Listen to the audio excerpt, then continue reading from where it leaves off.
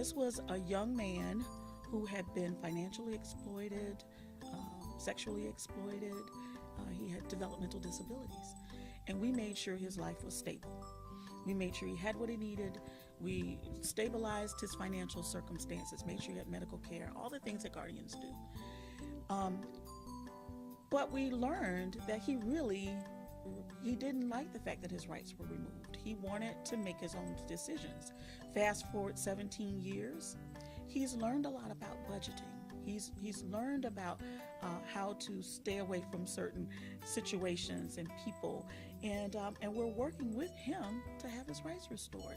So we're working our way out of a job. And I just met with him last week.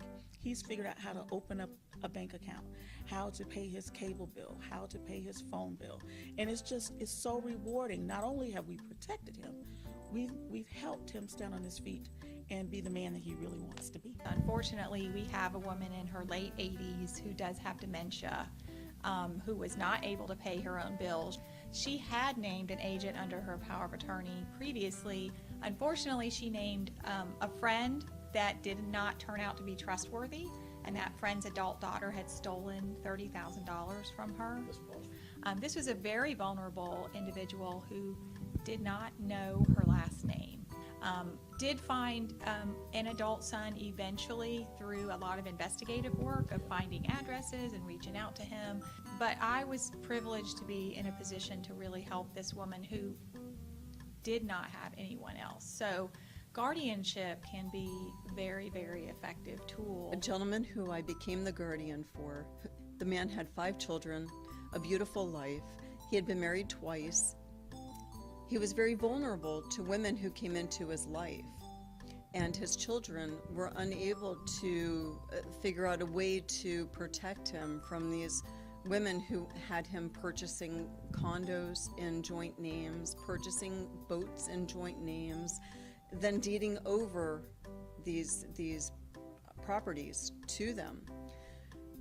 I was able to step in. Within 2 months, I was able to have the last caregiver person removed from the home, secure all the finances, sell the property, bring him back to the condo that he loved, and he lived out his life the way he should have all along.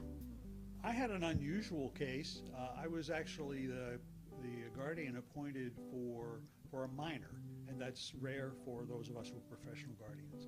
This was a case of a young woman, a teenager, who had some assets, and members of her family had been exploiting her money.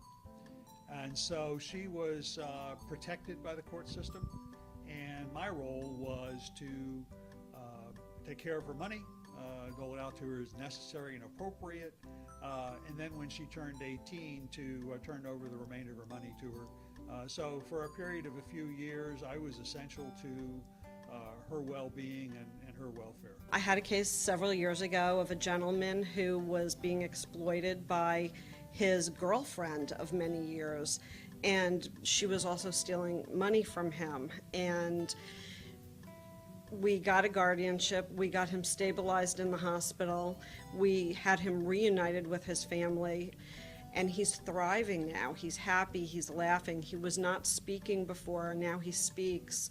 I met him at an event and sat next to him and did not make the connection. And when I realized that I was sitting next to Ziggy, I just started crying at the table. It was tears of happiness.